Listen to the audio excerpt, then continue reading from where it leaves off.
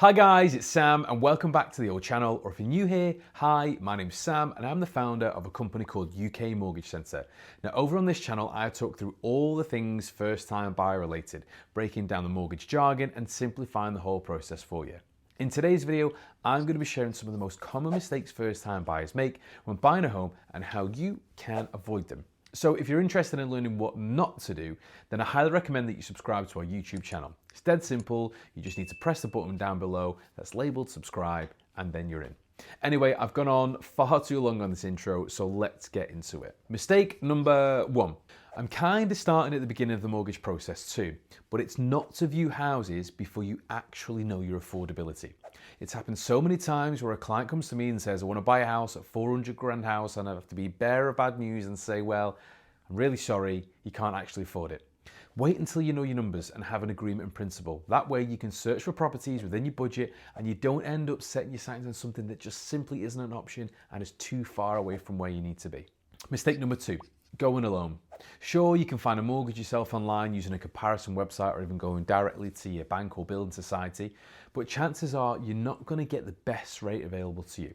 So what I mean by that is there might be lenders who can maximise your affordability, they can stretch your income a little bit further. The true cost comparison might not be as good because there's cashback deals or incentives like free legals or free valuations and all that sort of stuff. So by going into your bank, you're looking at just their products. By working with a broker, we're looking at all banks and building societies and the products that are most suited to you.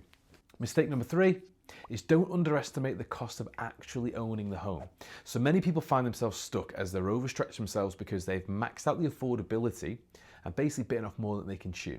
There is so much more to own in a home, more than just a mortgage payment and a deposit. You've got bills such as like your energy, your gas, electricity, TV license, Sky packages, Virgin packages, personal and home insurances, your Netflix, your Disney, whatever else, if you go crazy and buy a Peloton as well. Your advisor and lender will apply a strict stress test, got my words out, where they're determining how much you can realistically afford to borrow, but it's also worth ensuring that you know exactly what your total outgoings are going to be every month to avoid any sleepless nights, questioning how you're going to pay for everything. Oh, and you're also going to need to keep on top of the general maintenance of the property. And if you want to undertake any improvements or renovations, you're going to need to factor that into the budget as well. It's nice to go into your home saving a nest egg left just in case things do go wrong, like a boiler breaking or if you're desperate to get the carpet sorted. Mistake number four, rushing into making that offer. It's so easy to get caught up in the excitement of finding a home and putting that offer down. I've done it myself. Now, before you do, make sure you've done your research on the local area and house prices for that type of property to make sure you're not being ripped off essentially. As a first-time buyer, you're in a great position, probably one of the best ones you'll ever be in. You'll have lots of buying power and you'll have the potential to get an offer accepted lower than the asking price since you're not in a chain and potentially can move pretty quick as well. Now, I'll leave a video link below where I go into detail and explain how you can use your position to negotiate a better price. So make sure to check that out right after this video. And finally, mistake number five, taking out new credit before you move into your new home.